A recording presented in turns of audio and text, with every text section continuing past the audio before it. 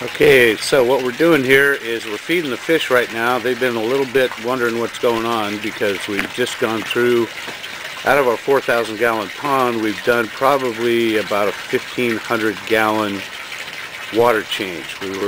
As what happens every spring, you're kind of fighting the algae, and we had a ultraviolet light go out just when this started, and we had to, as for the algae, keeping the algae out.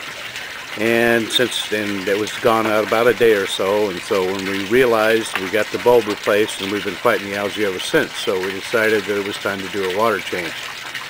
As you can see over here, we're replacing water in here with a bucket that we have that we designed with a notch in it, that we're putting the dechlorinator in so that it's dispersed cleanly and evenly throughout the pond so that the fish aren't stressed.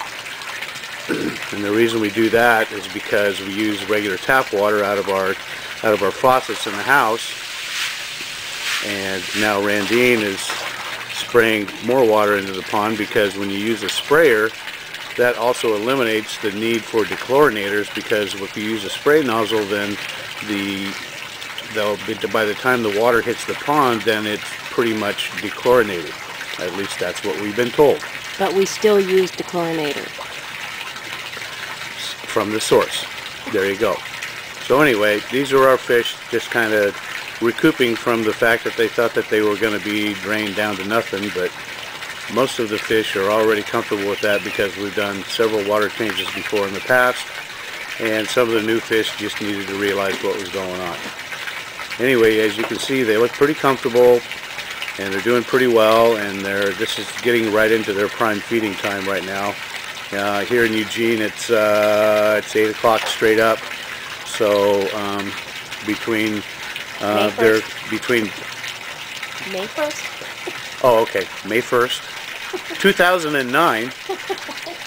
So I forgot what I was going to say. So anyway, this is our pond. These are the fish eating, and we have koi, oranda, and shabunkin, and comets all in the same pond doing successfully together. And the little oranda that everybody says that you cannot have with shabunkin and koi is actually doing rather well.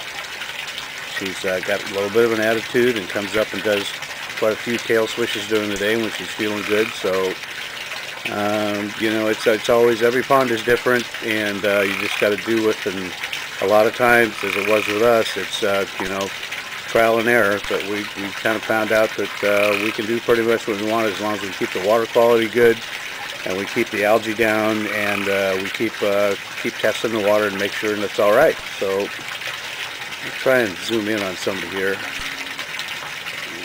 and that looks a little fuzzy, but anyway, that's our pond.